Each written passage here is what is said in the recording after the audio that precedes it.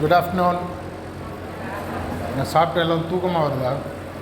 குரலே கேட்க மாட்டேங்குது. Good afternoon. இதே மாதிரி ஒரு காலேஜில் ஒரு 3:40க்கு நான் பேச போனேன். அங்கே போன உடனே நான் எல்லோரையும் கேட்டேன், எத்தனை மணி நேரம் பேசலாம்? நீங்களாம் எவ்வளோ நேரம்னா பேசுவேன், நான் 4 மணிக்கு கிளம்பிடுவேன். நீங்கள் எத்தனை மணி வரைக்கும் இருக்க போகிறீங்க? இல்லைன்னா சேஃபாக கதவை லாக் பண்ணிடலாம். எனக்கும் கொஞ்சம் எக்கனாமிக்ஸ் பேக்ரவுண்டு இருக்குது. என்னோடய பிஜி காமர்ஸ் படிக்கும்போது என்னோடய அண்டர் கிராடில் economics is one of my subject. எனக்கு அது சுமாராக பிடிக்கும், ரொம்ப பிடிக்கும்னு சொல்ல முடியாது. அதை படிக்கும்போது ஒரு தடவை எனக்கு எப்படியாவது of course as a gold medalist, university rank holder, நல்ல மார்க் வாங்கணும். எனக்கு 2 ஹெச்ஓடி அப்போது டிஃப்ரெண்ட் டிபார்ட்மெண்ட் இருந்தாங்க. எக்கனாமிக்ஸில் ஒரு ப்ரொஃபஸர் சுந்தரம்னு யூனிவர்சிட்டி ஆஃப் மெட்ராஸில் 70s 80sலாம் ரொம்ப ஃபேமஸ் அவர். அப்புறம் ப்ரொஃபஸர் விஸ்வநாதன் அப்படின்னு சொல்லி அவங்க 2 பேரையும் போயிட்டு நான் கேட்டேன். நிறையா மார்க், மற்ற சப்ஜெக்ட் அக்கௌண்ட்ஸ் எல்லாம் ஈஸியாக வாங்கிடலாம், ரைட்டு தப்பு ஆன்சர் வந்துடும். எக்கனாமிக்ஸில் வாங்குறது ரொம்ப கஷ்டம். எங்கள் காலகட்டத்தில் பார்த்தீங்கன்னா இப்போ என்ன பேட்டர்ன் எனக்கு தெரில. 100 மார்க்கு, அதில் 75 பேப்பர், 25 இன்டர்னல். இப்போ அப்படி தானே? இன்னும் மாத்திர உலகம் திரும்பி பழையபடிங்க. ஸோ இந்த 25 அவர் சொன்னார், நீ நல்லா படிக்கிறப்பேன், 25 கேரண்டீடு. இந்த 75ல் நான் மார்க் வாங்கணும். என்ன பண்ணேன்னு கேட்டேன்.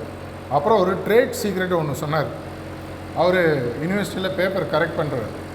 நார்மலாக நாங்கள் முதல் லைனு, நடுவில் ஒரு லைனு, கடைசியில் ஒரு லைன் படிப்போம். கான்செப்ட் நல்லா இருந்தால் மார்க்கை போட்டுருவோம். அதெல்லாம் ஓகே சார். என்ன பண்ணோம்? உனக்கு எவ்வளோ மார்க் வேணுமோ அவ்வளோ பேஜ் எழுதுன்னாரு. 75 பேஜ் எழுதினேன். இன்விஜிலேட்டர் டென்ஷன் ஆகிடும், என்னப்பா பேப்பர் கேட்டுனே இருக்காரு. அவர் சொன்னது நான் கொஞ்சம் எல்லாத்தையும் சேர்த்து எழுதி எனக்கு 75க்கு 58, எக்கனாமிக்ஸில் 183 வாங்கினேன். இது நல்ல மார்க்காக கெட்ட மார்க்கான்னு தெரியாது. ஆனால் வாத்தியார் சொன்னார், எப்படா இவ்வளோ வாங்கினேன்?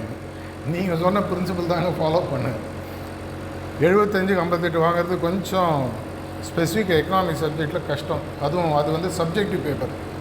எனிவே, ஹென்ரி ஃபோர்ட் அப்படின்றவர் கேள்விப்பட்டிருக்கீங்களா யாராவது? ஹென்ரி ஃபோர்ட் கம்பெனி காரு சென்னையில் ரொம்ப நாளாக இருந்து அப்புறம் காலி பண்ணி திரும்பி ரீஎஸ்டாப்ளிஷ் பண்ண போகிறதா சொல்லி வந்திருக்கு இல்லையா? அது 1910லேருந்து அமெரிக்காவில் இருக்கக்கூடிய உலகத்துக்கே முதலாக காரை மாஸ் லெவலில் மேனுஃபேக்சர் பண்ணணும் அப்படின்னு அசம்பிளி லைன் கான்செப்ட்ன்றதை, ஒரு காலத்தில் பார்த்தீங்கன்னா காருன்றதை வந்து தனித்தனியாக பார்ட்டாக வச்சு பார்ட்டாக ஒன்றா சேர்த்து வெளியில் கொண்டு வராங்க. ஸோ அதுபடி பார்த்தீங்கன்னா மார்க்கெட்டில் 100 டிமாண்ட் சப்ளை சுச்சுவேஷனில் நீங்கள் படிச்சுப்பீங்களே எக்கனாமிக்ஸில். மார்க்கெட்டில் 100 காருக்கு டிமாண்ட் இருந்தால் அவங்களால 10 தான் பண்ண முடியும்.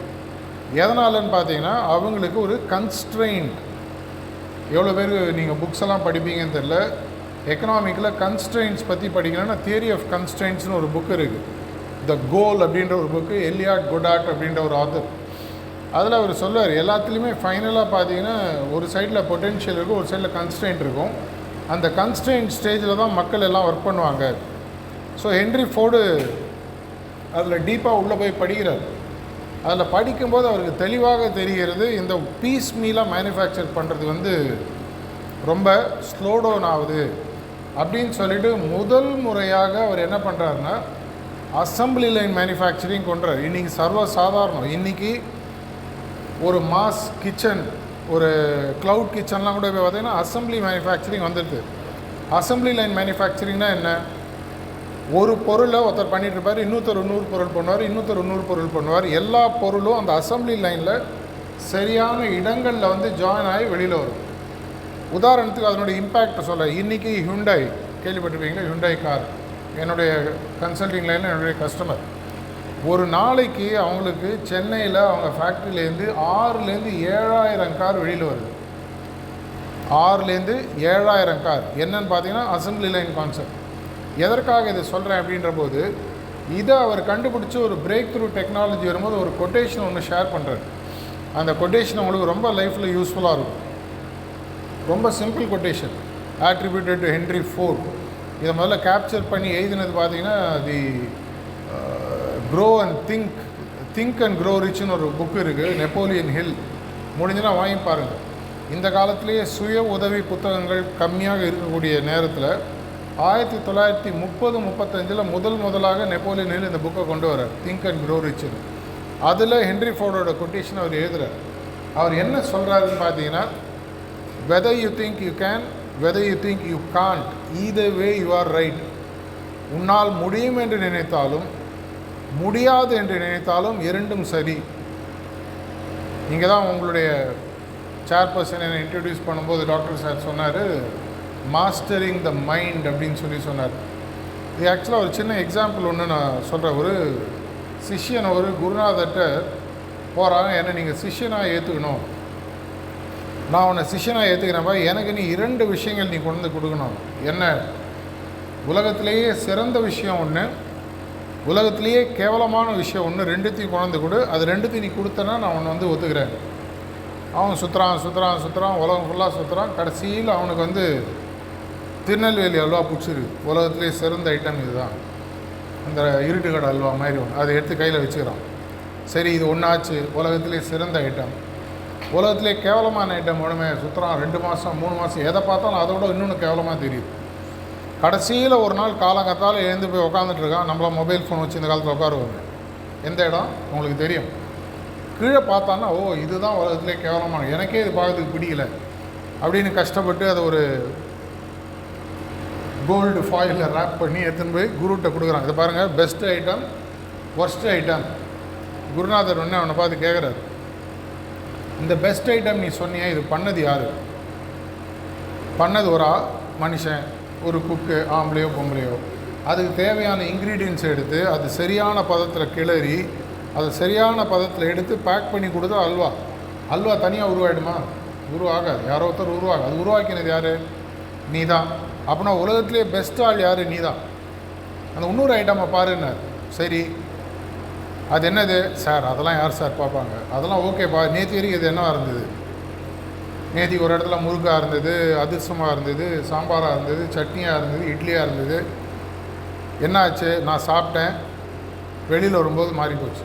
ஒன்னாலேயே தொட முடியாது. அப்படின்னா உலகத்திலே கேவலமான ஜந்து எது? நான் தான். So best version of the காடுன்னு பார்த்தாலும் ஒர்ஸ்ட் வெர்ஷன் ஆஃப் த காடு பார்த்தாலும் நீங்கள் தான். இதை அப்படின்னா எது தீர்மானிக்கிறதுன்றது உங்களுக்கு புரியணும். நீங்கள் தான் பெஸ்ட்டு வெர்ஷன், நீங்கள் தான் ஒர்ஸ்ட்டு வெர்ஷன். தமிழில் ஒரு அழகாக சொல்லுவாங்க, கடவுள் பாதி மிருகம் பாதி.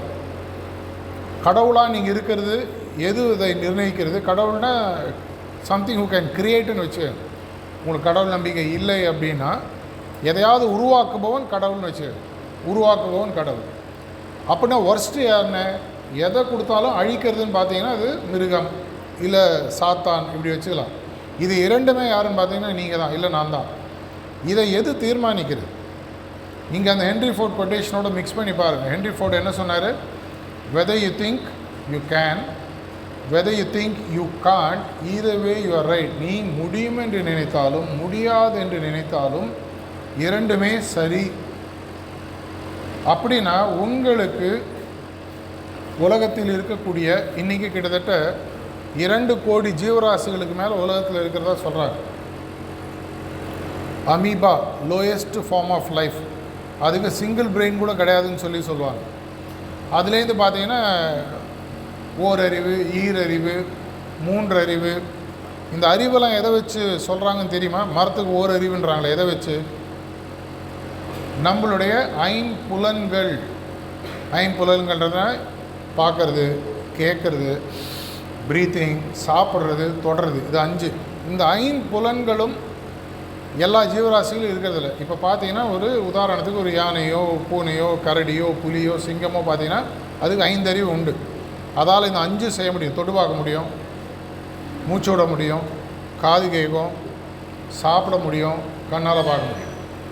ஆனால் மேக்ஸிமம் எவல்யூஷனில் பார்த்தீங்கன்னா 5 தான். இதுக்கு மேலே இந்த 5 கேட்டகரியில் இந்த 2 கோடி ப்ளஸ் ஜீவராசிகள் அடங்கிடுது.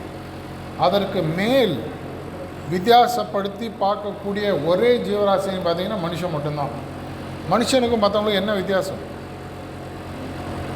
என்ன வித்தியாசம்? உங்களுக்கு கேள்வி கேட்டால் பதில் சொல்ல மாட்டீங்களா? இல்லை தெரியாதா? மனுஷனுக்கும் மற்ற ஜீவராசிகளுக்கு என்ன வித்தியாசம்? சாப்பிட்டு துப்பிடுவீங்களா? பேசுறது அப்படின்னா மிருகங்கள் பேசாதுன்னு நினைக்கிறீங்களா? பரிபாஷைன்னு கேள்விப்பட்டிருக்கீங்களா தமிழில்? குதிரை, குதிரை குதிரை பேசும் பாஷைக்கு பேர் பரிபாஷை. அதை வச்சு தான் பரிமேலழகர்லாம் படம் எடுத்தாங்க அந்த பேரை வச்சு. மனுஷனுக்கு மட்டும்தான் சிந்திக்கும் திறன் அப்படின்றது இருக்குது, த எபிலிட்டி டு திங்க். அதனால தான் நம்மளுக்கு பேர் homo sapiens. Homo sapiens, we can think, நம்மளால் மட்டும்தான் சிந்திக்க முடியும். அப்படின்னா எதை பற்றி உங்களால் சிந்திக்க முடியும்? யோசிச்சு பாருங்கள். உங்களுக்கு பலவிதமான சிந்தனைகள் இருக்குது. சிந்தனையை ரொம்ப சிம்பிளாக பக்கெட் பண்ணால் 3 பக்கெட் பேசிக்காக பிரிக்கலாம்: இறந்த காலம், நிகழ்காலம், எதிர்காலம்.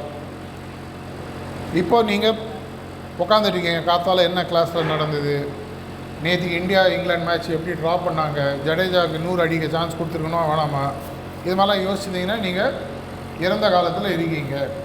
நிகழ்காலம், ஓ பேசுகிறாரு, இந்த பாயிண்ட் நல்லா இருக்கு, இது கேட்கலாமே, நோட்ஸ் எடுக்கலாமே, யாரும் எடுக்கல இது வரைக்கும், பரவாயில்ல, நோட்ஸ் எடுக்கலாமே, இதை போய் யூஸ் பண்ணலாமேன்னு தோணுச்சுன்னா நீங்கள் நிகழ்காலத்தில் இருக்கீங்க.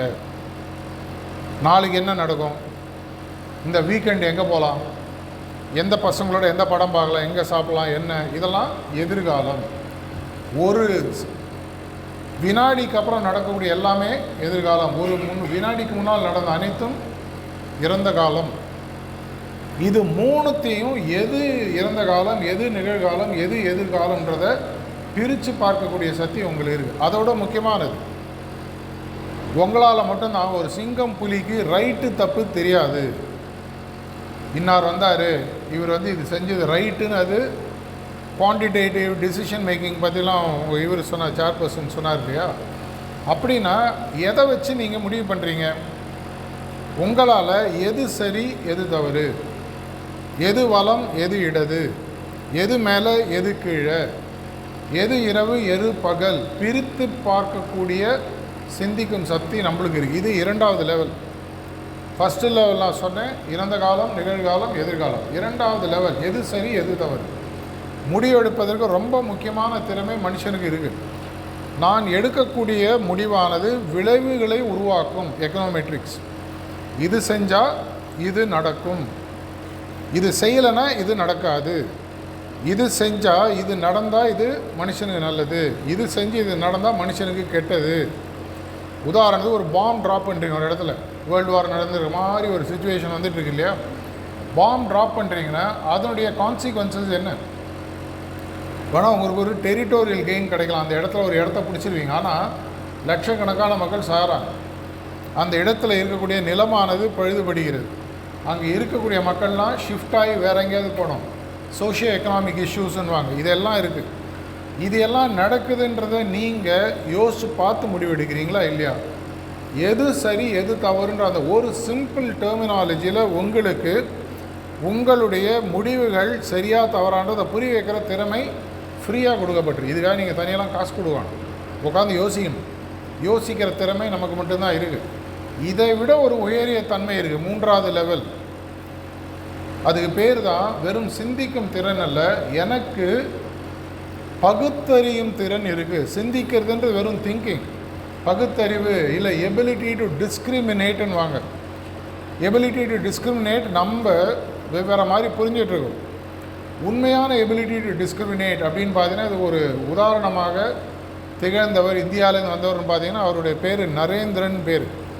நரேந்திரன் சொன்னால் அவங்க நிறைய பேருக்கு தெரிஞ்சிருக்காது. அவருடைய நிகழ்கால பேர் பார்த்திங்கன்னா சுவாமி விவேகானந்தர். ஏன் அந்த நரேந்திரன் விவேகானந்தராக மாறினார்? அந்த விவேகானந்தர் பேரை பிரித்து பார்த்திங்கன்னா 2 வார்த்தைகள் இருக்குது, விவேகம், ஆனந்தம். விவேகம்னா என்ன? எது என்னுடைய குறிக்கோளோ, அவர் வாழ்க்கையில் உண்மையான ஆன்மீக ஆனந்தத்தை அடைய வேண்டும். அந்த ஆன்மீக ஆனந்தத்தை அடைய வேண்டும்ன்றதுனால அதை அடைவதற்கு நான் என்ன செய்ய வேண்டும், அவருடைய பேர்லேயே தான் விளைவும் இருக்குது, காரணமும் இருக்குது. நம்மளுடைய பழைய நம்மளுக்கு வச்ச பேர்லாம் பார்த்திங்கன்னா ஏதோ ஒரு காரண பேராக இருக்குது. நம்ம பல பேருக்கு வச்ச பேரில் பெருசாக காரணம் இருக்குது. ஏதோ ஒரு கேரக்டரை பார்த்து அப்பா அம்மா பிடிச்சிருக்கோம், அந்த பேர் வச்சுருப்பாங்க. அவர் வைக்கப்பட்ட பேர் வாழ்க்கையில் உண்மையான நிலையான மகிழ்ச்சியை கண்டுபிடிக்க வேண்டும்ன்ற விளைவை வச்சார். அதை அடைவதற்கு எதை செய்ய வேண்டும் எதை செய்யக்கூடாதுன்றதை காரணமாக மாற்றினார் விவேகா.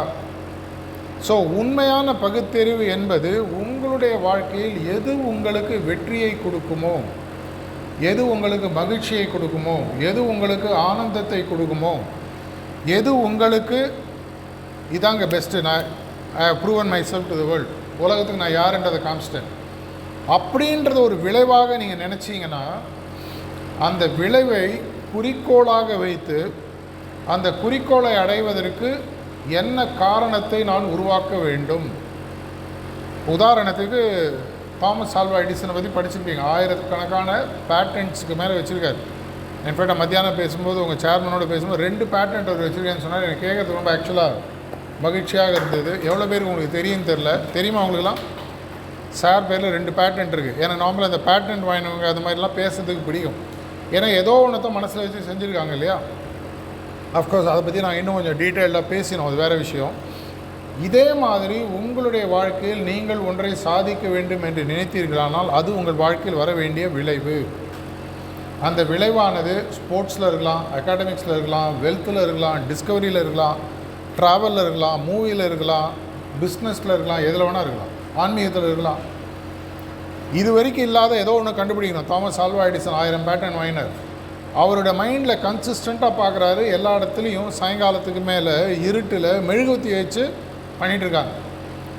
6 மணி 5 மணி சன்செட் ஆனால் மெழுகுவத்தி வைக்கிறாங்க. மெழுகுவத்தி இல்லாமல் ஏதோ ஒரு வழி இருக்கணும் பாரு, அது என்னன்றதை தேட ஆரம்பிக்கிறார். அதில் ஃபஸ்ட்டு ஸ்டெப்பு எலக்ட்ரிசிட்டி. ஒன்றொன்னா தாண்டி தாண்டி தாண்டி ஃபைனலாக அவர் டங்ஸ்டன் ஃபிலமெண்ட் பல்பை கண்டுபிடிக்கிறார். அதை டெமோ பண்ணுறதுக்காக ஒன்று சொல்லுவாங்க. ஒரு இடத்துக்கு போனார். அந்த இடத்துல எல்லோரும் சாயங்காலம் ஒரு மீட்டிங் கூப்பிட்றாரு. எல்லாம் உள்ளே வந்து உட்காந்துடுறாங்க. இருட்டாக போகுது.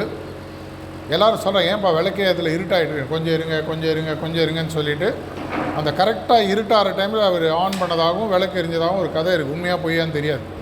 எதற்காக என்றால் மனிதனுக்கு இருக்கக்கூடிய ஒரு உண்மையான தன்மை. இப்போ நீங்கள்லாம் எக்கனாமிக்ஸ் சப்ஜெக்ட் படிக்கிறீங்க. இது வரைக்கும் எக்கனாமிக்ஸில் சாதிக்காத ஏதோ ஒரு விஷயம் என்னன்றதை கண்டுபிடிச்சி அதை நான் கண்டுபிடிக்கணும். அப்படி கண்டுபிடிக்கணுன்றது நீங்கள் வச்சிங்கன்னா அது விளைவுகள். விளைவுகள்ன்றதுக்கு நான் இன்னொரு பேர் என்ன சொன்னேன், குறிக்கோள்கள், இல்லைனா அப்ஜெக்டிவ்ஸ், இல்லைனா கோல். அந்த விளைவுகள் உருவாக வேண்டும் என்றால் நான் என்ன செய்யணும்? ரொம்ப சிம்பிளாக உங்களுடைய பர்சனல் லைஃப்லேருந்தே சொல்கிறேன். ஃபார் எக்ஸாம்பிள், உங்களுடைய பிஎம்ஐயோ வெயிட்டையோ குறையணும். அது என்னுடைய விளைவு. அந்த விளைவு என் வாழ்க்கையில் உருவாகணும்னு சொன்னால் நான் என்னென்னலாம் பண்ணோம்? ஜிம்முக்கு போகணும், டயட்டை மாற்றணும், ஃபுட் ஹேபிட்ஸை மாற்றணும். சில இது வரைக்கும் பண்ணுற விஷயங்கள் எது உடலுக்கு ஒவ்வாதோ அதை மாற்றி அமைக்க வேண்டும். இதெல்லாம் பார்த்திங்கன்னா காரணங்கள். இந்த காரணங்களை செய்வதன் மூலமாக விளைவுகளை அடைய முடியுன்ற சிந்தித்து பார்க்கக்கூடிய ஒரே தகுதி உள்ள ஜீவன் உலகத்தில் பார்த்திங்கன்னா மனுஷன் மட்டும்தான். ஆனால் யூஸ் பண்ணுறோமா? மாஸ்டரிங் த மைண்டுன்றாங்க. இதுக்காக நீங்கள் ஒன்று ஹிமாலயஸ்லாம் போகணும். அப்படியே பயங்கரமாக ரீசெண்டாக ஒரு படம் பார்த்துட்டு, என்னது இவரோட விஜய் ஆண்டனி படம் ப்ரைமில் வந்திருக்கு. சட்டில் பாடியை வச்சு, பேர் ஞாபகம் இல்லையா, எனக்கு மறந்து போச்சு. ஆனால் படத்தில் கரு என்னென்னா கம்ப்ளீட்டாக பார்த்தீங்கன்னா அந்த விளைவுகளை நோக்கி எப்படி காரணமாக மாற்ற வேண்டும் அதுக்குள்ளே டிஸ்கஷன் ஓடுது. என்ன படம் பேர்? உங்களால் உங்களுடைய வாழ்க்கையில் எந்த விளைவுகள் என்பதை நிர்ணயம் செஞ்சு அந்த மாஸ்டரிங் த மைண்டு பார்த்தீங்கன்னா அதில் அவனுக்கு ஒரு ஸ்பெஷல் எபிலிட்டியை அவன் டெவலப் பண்ணிப்பான். அவன் தண்ணிக்குள்ளே போயிட்டு ஆழத்தில் இருக்கும்போது உலகத்தில் நடக்கக்கூடிய விஷயங்கள் தானே பார்க்குற மாதிரி அவனுக்கு தெரியும். அதன் மூலமாக அவனுக்கு சில மெமரி எஃபெக்ட், அதை வச்சு ஒரு கேஸ் சால்வ் ஆகும். இதுதான் அந்த கதை. இதே மாதிரி உங்களுக்கே தெரியாத பல சக்திகள் உங்களுடைய இயற்கையால் படைக்கப்பட்டு உங்களுக்கு ஏற்கனவே கொடுக்கப்பட்டது. எவ்வளோ பேருக்கு தெரியும்? பல பேர் நான் வாழ்க்கையில் பார்க்கும்போது இந்த ராமாயணத்தில் அனுமார் கேரக்டர் மாதிரி அதீத சக்திகள் உண்டு, ஆனால் அவருக்கு தெரியாது. அவருக்கு இந்த சக்திகள் இருக்குன்றதை புரிய வைக்கிறதுக்கு ஒரு ஜாம்பவான் வந்தார். உன்னால் முடியும்பா, நீ சின்ன வயசுலேயே சூரியனை நோக்கி தாண்டினவன், இங்கேருந்து ஸ்ரீலங்கா தாண்டது ஒரு பெரிய விஷயமே இல்லை, அதுக்கப்புறம் அவன் தாண்டான். அது சின்ன ஜம்ப்பு. அதுக்கப்புறமாக ஸ்ரீலங்காவிலேருந்து ஹிமாலயாஸுக்கு ஜம்ப் பண்ணி சஞ்சீவினி பர்வதத்தை எடுத்துன்னு வந்ததாக சொல்லுவாங்க.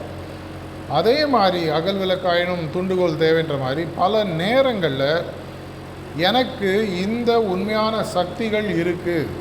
நான் சொல்கிறலாம் ஒன்றும் அன்நேச்சுரல் பவர்லாம் கிடையாது.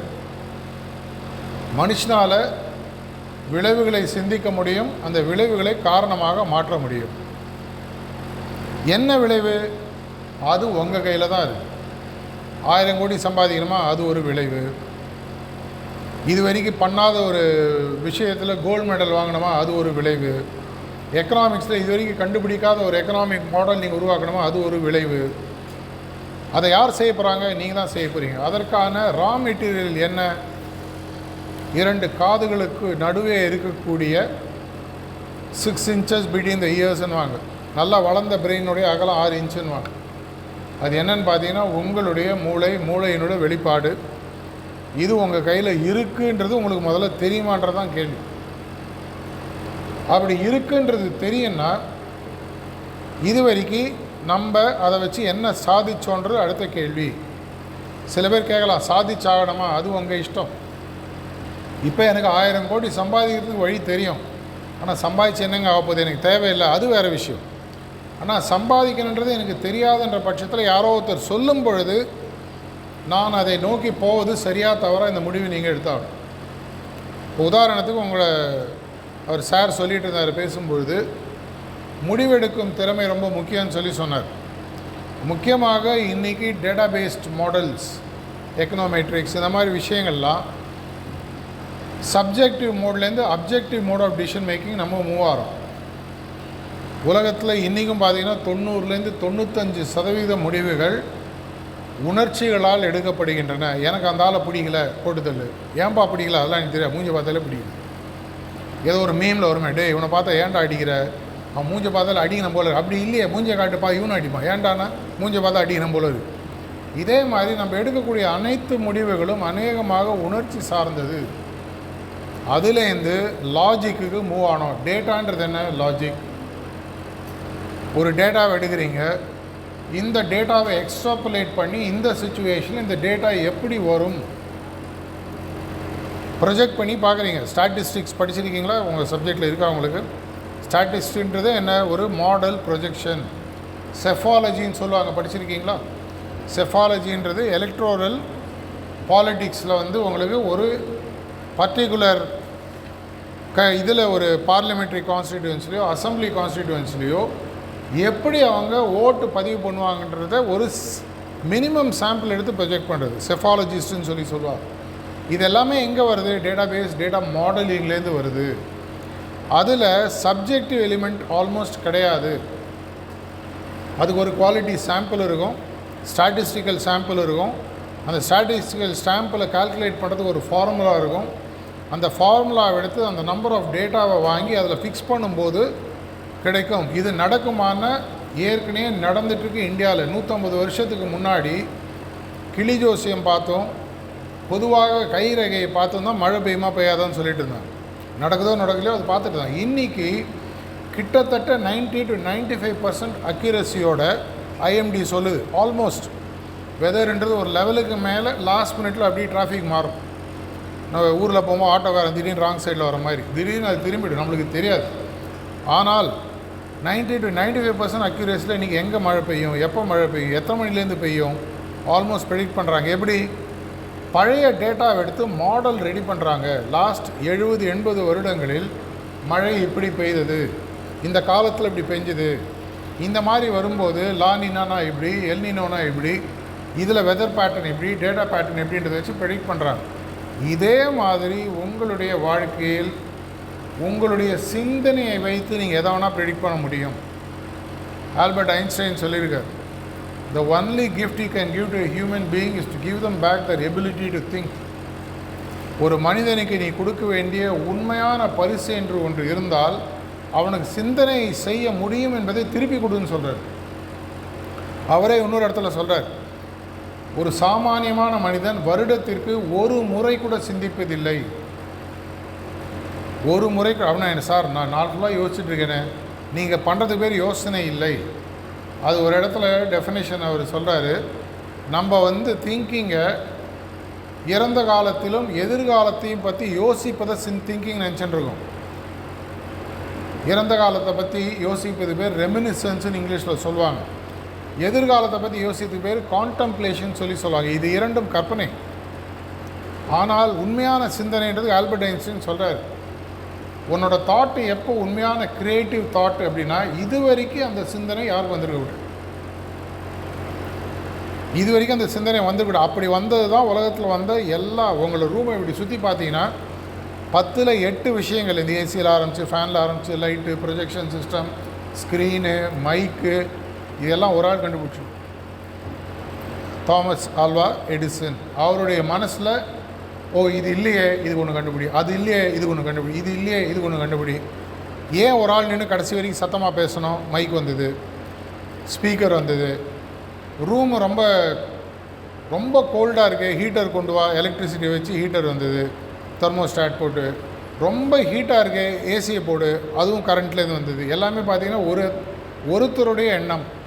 ஒரு மனிதனால் இவ்வளோ செய்ய முடியும்னா அவருக்கு என்ன ஸ்பெஷலாக எக்ஸ்ட்ரா இருந்தது?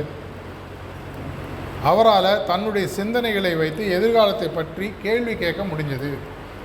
உண்மையாகவே உங்களுடைய மனதை நீங்கள் ஒரு ஆளுமைத்தன்மை மாஸ்டரிங் கொண்டு வரணும்னு சொன்னால் முதல்ல என்னுடைய சிந்திக்கிற திறமையை நான் திரும்பி வாங்கணும். இன்றைக்கி நம்ம எல்லாரும் தெரிஞ்சோ தெரியாமையோ இந்தியாவில் இன்றைக்கி இருக்கக்கூடிய ஒரு பெரிய பிரச்சனை, நீங்களும் அந்த சூழலில் மாட்டிக்க போகிறீங்க. ஏற்கனவே மாட்டலைன்னா எங்கள் வீட்டுக்கு வரக்கூடிய பல ஸ்விக்கி, ஜொமேட்டோ டெலிவரி பாய்ஸ் எல்லாருமே காலேஜில் படித்தவங்க, இல்லை காலேஜ் ட்ராப் அவுட்ஸ். நான் சில பேர்கிட்ட பேசுவேன், என்னப்பா அப்படின்னு. சார் வேறு எந்த வேலையும் கிடைக்கல. பக்கத்தில் போய் பார்த்தீங்கன்னா இன்றைக்கி அதை இன்னும் கஷ்டமாக்கிறதுக்கு ஒன்று புதுசாக வந்துருக்கு. அதுக்கு பேர் என்ன? Chat GPT.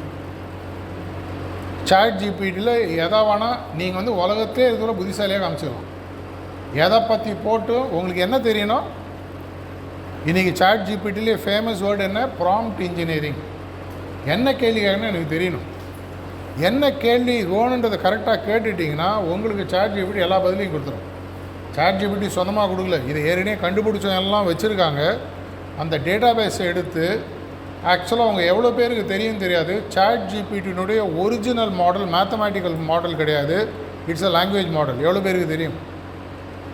ரெண்டுத்துக்கு வித்தியாசம் தெரியுமா? மேத்தமேட்டிக்கல் மாடலுக்கு லாங்குவேஜ் மாடலுக்கு தெரியுமா வித்தியாசம்? கண்டுபிடிங்க, யூஸ்ஃபுல்லாக இருக்கும். மேத்தமேட்டிக்கல் மாடல்ன்றது ஒரு அனலிட்டிக்கல் ப்ரெடிக்ஷனில் நெக்ஸ்ட் ஈக்குவேஷன் என்ன வரும்னு சொல்கிறது. இங்கிலீஷ் மாடலில் இந்த வார்த்தைக்கு அடுத்த வார்த்தை என்னன்னு கண்டுபிடிக்கிறது. ஸோ நீங்கள் ஒரு கேள்வி கேட்டிங்கன்னா இன்றைக்கி இருக்கக்கூடிய சாட் ஜிபிடி ஃப்யூச்சரில் அது மாறலாம். என்ன பண்ணுதுன்னா இன்றைக்கி இருக்கக்கூடிய அத்தனை இங்கிலீஷ் நாலேஜையும் எடுத்து லாங்குவேஜ் மாடல் எடுத்து இந்த வார்த்தையில் இந்த கேள்வியை இந்த இடத்துல இப்படி கேட்டால் அடுத்த பதில் இதுவாக தான் இருக்கணும் எடுத்து உங்களுக்கு அசம்பிள் பண்ணி கொடுக்கும். சாட் ஜிபிடி இன்னி வரைக்கும் பார்த்தீங்கன்னா அது ஒரு அசம்பிளிங் மிஷின், சூப்பர் ஃபாஸ்ட். 10 லட்சம் 20 லட்சம் 1 கோடி டேட்டா பேஸை இவர் சந்தானம் சொல்லுவேன் இப்படி போய் இப்படி கொண்டு வரும். ஆனால் அது ஒரு language model, it's not a mathematical model. அதில் என்ன ஆகுது அப்படின்னு சொல்லி பார்த்தீங்கன்னா இன்றைய காலகட்டத்தில் மக்கள் சிந்திக்கும் திறனை முழுமையாக இழந்து கொண்டு வருகிறார். ரைட்டாக தப்பாக உங்கள் ஜென்ரேஷன் நீங்கள் தான் முடிவு பண்ணணும். நான் ஃப்ளாஷ்பேக்கில் போய் எங்கள் காலம்லாம் சொல்ல விரும்பல. ஆனால் எங்களுக்கு காலேஜ் முடிக்கிற வரைக்கும் கால்குலேட்டர் கிளாஸ்க்குள்ளே நாட் பர்மிட்டட். எதுவாக இருந்தாலும் சைடில் பேப்பரில் வச்சு கடன்னு கால்குலேட் பண்ணணும். மேக்ஸிமம் லாக் டேபிள் அலோவ் பண்ணுவேன். அந்த லாக் டேபிளை வச்சு அதுலேருந்து கால்குலேட் பண்ணி எல்லா மேத்தமேட்டிக்கல் ஸ்டாட்டிஸ்டிக்கல் ஃபார்முலாக்கு ஆன்சர் கண்டுபிடிச்சி போடணும்.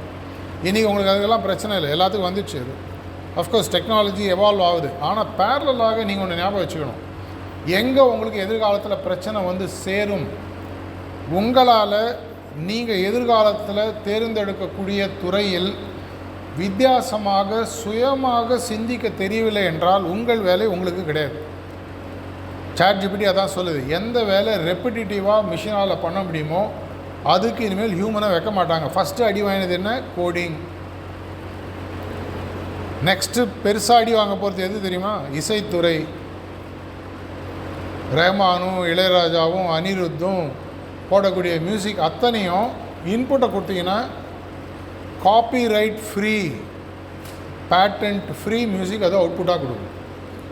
எனக்கு டிஎம் சௌந்தரராஜன் குரல் கொஞ்சம், எஸ்பிபி குரல் கொஞ்சம், இவரோட குரல் கொஞ்சம், எல்லாத்தையும் சேர்த்து ஒரு புது குரலை உருவாக்கி இந்த மாதிரி ஒரு சுச்சுவேஷனில் இந்த லிரிக்ஸுக்கு இந்த 7 படத்தை மியூசிக் எடுத்து பேக்ரவுண்ட் மியூசிக் போட்டு ஒரு மியூசிக் கூட 3 நிமிஷத்தில் பாட்டு கையில் ரெடி. இது ஏற்கனவே இருக்குது, நான் ஒன்றும் சொல்கிறது புதுசு இல்லை. அத்தனைக்கு டூல்ஸ் இருக்குது. ஜெமினி புது டூல்ஸ் தான் ரிலீஸ் பண்ணியிருக்காங்க. அப்போ நான் எதுக்கு 75 கோடி ரூபா கொடுத்து ரஹ்மானுக்கு காசு கொடுக்கணும்? அதான் ரேட்டுன்னு சொல்கிறாங்க, எனக்கு தெரியாது. எதுக்கு நான் ரஹ்மான்கிட்ட போனோம்? அவரோட 25 படம் எடுப்பேன். இப்போ பிளாஜியரிசம் காப்பிரைட் கிடையாது. அந்த 25 படம் கண்ணதாசன் அந்த காலத்தில் எழுதின ஒரு லவ் சாங்கு, இங்கிலீஷில் இவர் எழுதின பீத்தோவன் எழுதின ஒரு பீட்டு, வாலி எழுதின ஒரு லவ் சாங்கு, அனிருத் வாய்ஸ் கொஞ்சம் எல்லாத்தையும் எடுத்து இந்த சுச்சுவேஷனில் இவங்க 2 பேர் பாடுற மாதிரி பாட்டை எழுதி மியூசிக்கை கம்போஸ் பண்ணி டவுன்லோட் ஃபைலை கொடுத்தீங்கன்னா மாதம் 300 ரூபா ChatGPT ரேட் இது உங்களுக்கு கையில் கொடுத்துரும். அப்போ உங்களோட வேலை என்ன? அந்த கேள்வி கேட்குறது மட்டும்தான். அந்த கேள்வி கேட்குறது கூட கொஞ்ச நாள் ChatGPT அவுட் சோர்ஸ் பண்ணிவிடும். எப்படி இந்த இடத்துல கேள்வி கேட்கணுங்கிட்ட அதுவே கேள்வி கொடுக்கும். கொஞ்ச நாள் கழிச்சு என்ன ஆகும்? ஒரு பழைய கதை எங்கள் குருநாதர் 1990s சொல்லுவார். அப்போல்லாம் சூப்பர் கம்ப்யூட்டர் ரொம்ப ஃபேமஸ். அந்த சூப்பர் கம்ப்யூட்டர் வரும்போது அதனுடைய அறிவுத்தன்மை ரொம்ப வளர்ந்துட்டே போச்சான். எந்த கேள்வி கேட்டால் அது பதில் சொல்லுமா. கடைசியில் போய்ட்டு ஒருத்தர் வந்து கேட்குறாரா, ஹூ ஆர் யூன்னு கேட்குறாரு அந்த சூப்பர் கம்ப்யூட்டர். 2 நிமிஷம் யோசிச்சுட்டு அது பதில் சொல்லுது, ஐ ஆம் காட். ஏன்னா அதுக்கு வந்து தெரியாத விஷயமே இல்லை, எல்லாம் தெரியும். உன் பொண்டாட்டி இந்த நேரத்துக்கு இப்படி யோசிப்போம், உன் பையன் இந்த மாதிரி யோசிப்பான், உங்கள் அப்பா இது மாதிரி செய்வார். எல்லா டேட்டாபேஸும் இந்த உலகத்தில் இன்றைக்கி 99.999% உங்களுடைய டிஜிட்டல் ஃபுட் பிரிண்ட் எல்லா இடத்துலையும் இருக்குது. இல்லைன்னு யாராலே சொல்ல முடியுமா? ஜிமெயில் எல்லாருக்கும் இருக்கா? ஜிமெயில் இருக்குனால உங்கள் ஃபுட் பிரிண்ட் உலகம் ஃபுல்லாக இருக்குது. உங்களால் ஒன்றுமே பண்ண முடியாது. ஃபேஸ்புக் இருக்கா? பாக்கி இருக்குது 2% காலி. இன்ஸ்டாவில் ரீல் லோட் பண்ணுறீங்களா? அதுவும் போச்சு. உங்களை பற்றி அத்தனையும் தெரியும். இப்போ நான் பேசிகிட்டு இருக்கிறது இன்டர்நெட்டில் பதிவாகிட்டு இருக்கும். அது தேவையா இல்லையா, யூஸ் பண்ணணுமா வேணான்றதை யாரோ ஒருத்தன் டிசைட் பண்ணோம், இல்லை மிஷின் டிசைட் பண்ணோம், அல்காரிதம் டிசைட் பண்ணோம். அப்படின்னா என்னுடைய டிஃப்ரென்ஷியேட்டர் என்ன? என்னுடைய ஒரே டிஃப்ரென்ஷியேட்டர் இந்த சிந்திக்கும் திறமை. அதனால தான் இன்றைக்கி பல இடங்களில் ஃபார்ச்சுனேட்லி அன்ஃபார்ச்சுனேட்லி என்னுடைய சிந்திக்கும் திறன் இன்னும் ஷார்ப் ஆகிட்டு வழியே குறையலை. ChatGPT எக்ஸ்டென்சிவாக எனக்கு யூஸ் பண்ண தெரியும். ஆனால் அது கொடுக்கறத அப்படியே ஒத்துக்கணுன்ற அவசியமே இல்லை. ஏன்னா அது என்ன இன்புட் கொடுத்து அந்த இன்புட்லேருந்து யோசிக்கணுன்றதை முடிவு பண்ணுறது நானாக இருக்குது. இந்த சுச்சுவேஷனில் இந்த பேராமீட்டர்ஸில் இதுக்குள்ளே யோசித்து இதுக்கு ஒரு அவுட்புட்டை இப்படி கொடுன்னா அது கரெக்டாக கொடுக்கும். டெல் மீ ஹவு டு திங்க்னா அது இஷ்டத்துக்கு சொல்லும், அதையே நீங்கள் ஃபாலோ பண்ணிட்டுருப்பீங்க. எதற்காக இதை சொல்கிறேன்? ஆரம்பித்த இடத்துக்கு முதல்ல வரும். Whether you think you can, whether you think you can't, either way you are right. உன்னால் சிந்திக்கும், உன்னால் முடியும், உன்னால் முடியாது என்று நீங்கள் இரண்டும் உண்மை. அப்படின்னா அந்த முடிவு செய்ய வேண்டியது நான் எதை வச்சு முடிவு பண்ணோம்? என்னுடைய சிந்திக்கும் திறனை வைத்து. இந்த சிந்திக்கும் திறன் இன்றைக்கி அவுட் சோர்ஸ் ஆகிடுச்சு. நான் அதை திருப்பி எடுக்க முடியுமானா முடியும். அப்படின்னா என்ன பண்ணணும்? என்னுடைய சிந்தனை நான் சொல்கிறத கேட்க ஆரம்பிக்கணும். அதுக்கு நான் என்ன பண்ணணும்? முதல்ல என் சிந்தனைக்கு ப்ராக்டிஸ் கொடுக்கணும். ஹார்ட்ஃபுல்னஸ் மெடிடேஷனில் அவ்வளோ சொல்கிறாங்களே, நாங்கள் என்ன சொல்லித்தரோம்? உங்கள் சிந்தனை உங்கள் மேலே உட்காந்துட்டு இருக்கு, அது சொல்கிறத நீங்கள் கேட்டுட்ருக்கீங்க. இனிமேல் சிந்தனை மேல் நீங்கள் ஏறி உட்காருங்க. சிந்திக்கும் திறனை, உண்மையான சிந்திக்கும் திறனை ஆல்பர்ட் ஐன்ஸ்டீன் சொன்ன மாதிரி வருடத்திற்கு ஒரு முறை சிந்திப்பதை விட்டு தினசரி சிந்திக்க பழகுங்க. உதாரணத்துக்கு ஒரே ஒரு சிந்தனை நான் உங்களுக்கு சொல்கிறேன். நேற்றைய தினத்தை விட நாளைய தினத்தில் நான் எப்படி இன்னும் சிறந்தவனாக இருப்பேன்? இந்த ஒரு கேள்விக்கு டெய்லி நீங்கள் பதில் சொல்லுங்கள். ஒரே கேள்வி. நேற்று நான் இருந்ததோட நாளைக்கு நான் இன்னும் பெட்டராக இருக்கணும், நான் என்ன பண்ணணும்? உங்களே நீங்கள் கேளுங்க, ChatGPTயை கேட்காதீங்க. அதுக்கு ஒரு பதில் வரும் இல்லையா, அதை இம்ப்ளிமெண்ட் பண்ணுங்கள். அதை இம்ப்ளிமெண்ட் பண்ணோன்னு அடுத்த கேள்வி திரும்பி அதே கேளுங்க. நான் இப்போ பெட்டர் ஆகிட்டேன், இதோட பெட்டராகிறதுக்கு நான் என்ன பண்ணணும்? 100 நாளில் உங்கள் வாழ்க்கையில் ஒரு பெரிய வித்தியாசத்தை நீங்கள் பார்க்க முடியும். 0.01 டிகிரி இம்ப்ரூவ்மெண்ட்டுன்னு சொல்லுவாங்க. இந்த ஒரு கேள்வியின் மூலமாக தினசரி நீங்கள் கேட்பதன் மூலமாக 100ஆவது நாள் 1% இன்க்ரிமெண்ட் உங்கள் லைஃப்பில் தெரிஞ்சிருக்கும். அந்த 1 டிகிரி சேஞ்சுன்றது ஒரு பெரிய மாறுதல். இதை செய்வதற்கு உங்களுடைய சிந்தனையை நீங்கள் கையில் எடுக்கும் சக்தி நீங்கள் வளர்த்துக்கணும். இதை தான் நாங்கள் ஹார்ட்ஃபுல்னஸ் பயிற்சியில் ரொம்ப சிம்பிளாக சொல்லித்தரோம். நிறைய பேருக்கு இதை சொல்ல தெரியாது. நான் உங்களுக்கு புரிகிற மாதிரி சொல்கிறேன். உங்களுடைய வாழ்க்கையில் நீங்கள் வெற்றி பெறுவதற்கு, அபரிதமான வெற்றி பெறுவதற்கு, இதுவரைக்கும் உங்கள் குடும்பத்திலேயோ உங்கள் பல்கலைக்கழகத்திலோ இந்த உலகத்திலோ எதிர்பார்க்காத அளவுக்கு நீங்கள் வெற்றி பெறணும்னு சொன்னால் உங்களுடைய சிந்திக்கும் திறனை நீங்கள் திரும்பி கையில் எடுத்துக்கணும். நான் சொல்கிறதெல்லாம் கேட்க வேணாம், போய் நீங்கள் யாரை வேணால் கேளுங்க. இதுக்கும் ChatGPTலேயே கேட்டு பாருங்கள். How to take control of my mind அப்படின்னு கேட்டு பாருங்கள். அதுக்கு ஒரு சிறந்த வழி, அதற்கு ஒரே ஒரு பொருளை பற்றி மட்டும் யோசிப்பதற்கு சொல்லிக் கொடுத்தல். தியானத்தில் நாங்கள் அதான் சொல்லிக் கொடுவோம். ஒரே ஒரு பொருளை பற்றி யோசிப்பது தான் தியானம். ஏதோ ஒரு விஷயம், அது எதுவான இருக்கலாம், அது ஒரு கேள்வியாக இருக்கலாம், ஒரு பிரச்சனையாக இருக்கலாம், வாழ்க்கையில் நீங்கள் சந்திக்கக்கூடிய சவாலாக இருக்கலாம், உலகிலேயே உயரிய கடவுள் என்ற தன்மையாக இருக்கலாம், இயற்கை என்ற தன்மையாக இருக்கலாம். இதை நீங்கள் யோசிக்க பழகும்போது உங்களுக்கு கையில் சிந்திக்கும் திறன் மீண்டும் கொடுக்கப்படுகிறது. எப்படி? என்னுடைய மனசு எடிசனுக்கு அந்த இஷ்யூவில் மனசு இருக்கும், அதை தவிர வேறு எதுவும் யோசிக்க மாட்டார், சாப்பிட மாட்டார், தூங்க மாட்டார். இதெல்லாம் நீங்கள் அவருடைய வாழ்க்கையை சரிதம் படித்தா தெரியும். அந்த மைண்டில் அப்சஸ்டாக இருப்பார் அந்த விஷயத்தில். அந்த விஷயம் நீங்கள் படிக்கணுமா, நல்ல மார்க் வாங்கணுமா, அதை பற்றி உங்களால் மெடிடேட் பண்ண முடியும். நாளை வாழ்க்கையில் உங்களுக்கு ஒரு சாதிக்கணுமா, அந்த விஷயத்தை பற்றி மெடிடேட் பண்ண முடியும். மைண்டை உங்கள் இஷ்டத்துக்கு ஷிஃப்ட் பண்ண முடியும். அதை செய்ய முடியுமா இல்லையான்றதை 90 நாட்கள் நாங்கள் சொல்லக்கூடிய ப்ராக்டிஸை செஞ்சு பாருங்கள். இப்போ என்ன பண்ண போகிறோம்? ஒரு சிறிதாக ஒரு ரிலாக்ஸேஷன் டெக்னிக் ஒன்று சொல்லி தரணும். உங்களோட உடலையும் மனதையும் ரிலாக்ஸ் பண்ணுறதுக்கு ஒரு 4-5 நிமிஷம். அதை தொடர்ந்து ஒரு 10 நிமிஷம் கண்ணை மூடிக்கொண்டு, சில பேர் ஏற்கனவே தியான பயிற்சி நீங்கள் ஹார்ட்ஃபுல்னஸ் கான்ஹா வந்ததாக சொல்கிறாங்க. உட்காந்து கண்ணை மூடி 10 நிமிஷம் உலகத்தில் வியாபித்திருக்கக்கூடிய இயற்கை சக்தி எனது இதயத்தில் ஒளி ரூபமாக இருக்கிறது ஒரு எண்ணத்தோடு 10 நிமிஷம் உட்காருப்போம். முடிஞ்சவொன்னே ஒரு பல்பு உங்கள் பின்னாடி எரியலாம், எரியாமல் போகலாம். ஆனால் ஒரு 90 நாட்கள் தினசரி ஒரு அரை மணி நேரம் ஒதுக்கி இதை செய்ய ஆரம்பிக்கும் பொழுது உங்களுக்கு மெதுவாக மெதுவாக மெதுவாக உங்களது மனதானது நீங்கள் சொன்ன இடத்துல நிற்கும். சொன்னதை பற்றி யோசிக்காரு. இது என்னுடைய லைஃப்பில் நான் பர்சனலாக அனுபவித்து என்னால் சொல்ல முடியும். எனக்கு எவ்வளோ டிஸ்ட்ராக்ஷன் வெளியில் வந்தாலும் நான் ஒன்று நினச்சேன்னா அதில் தான் என் மைண்டு இருக்குது, வேறு எதுலேயும் போகாது. பார்க்குறவங்களுக்கு அது தெரியாது, எனக்கு அது தெரியும். அவ்வளோ ஈஸியாக டிஸ்ட்ராக்ட். நானும் சின்ன வயசில் எப்படி டிஸ்ட்ராக்ட் ஆனேன்னு எனக்கு தெரியும். எந்த விதமான எக்ஸ்கியூஸே வேணால் மைண்ட் டிஸ்ட்ராக்ட் ஆகிடும். ஆனால் எப்படி உங்களுடைய மனது, ஒரு நல்ல கிரிக்கெட்டர், ஒரு தோனியோ, விராட் கோலியோ, ரோஹித் சர்மாவோ, யார் வேணால் நீங்கள் மனசில் எடுத்துக்கங்க, சுப்மன் கில்லோ, இவங்க ஒரு மேட்ச் விளையாடுறாங்கன்னா ஒரு 50,000-60,000 பேர் மேட்ச் பார்த்துட்ருக்காங்க. எல்லாம் விசில் அடிப்பான், பெல் கை தட்டுவாங்க, என்னென்னவோ பண்ணுவாங்க. இதெல்லாம் அவன் கேட்டான்னு வச்சுங்களேன், பந்து பார்க்க முடியாது. மைண்டு அலப்பாய ஆரம்பிக்கும். அவனோட மைண்டு அந்த பந்தில் மட்டும்தான் இருக்கும். அதை போன்ற ஒரு கவனத்தை உங்களுடைய எண்ணத்திற்கு கொடுக்கக்கூடிய சக்தி இந்த தியானம். அதான் செஞ்சு பார்க்க போகிறோம். நான் முதலே சொன்ன மாதிரி, எதை நீங்கள் சரி என்று நினைக்கிறீங்களோ, எதை நீங்கள் தவறு என்று நினைக்கிறீங்களோ, அது இரண்டுமே சரி. சரி என்பதை சரியாக புரிந்து கொண்டு அதற்கு தேவையான சரியான தகவல்களை உள்வாங்கிக் கொண்டு சரியான செயல்களை செய்து வாழ்க்கையில் பல வெற்றிகளை பெற வேண்டும் என்ற வாழ்த்துக்களுடன் முடித்துக்கொள்கிறேன். நன்றி, வணக்கம்.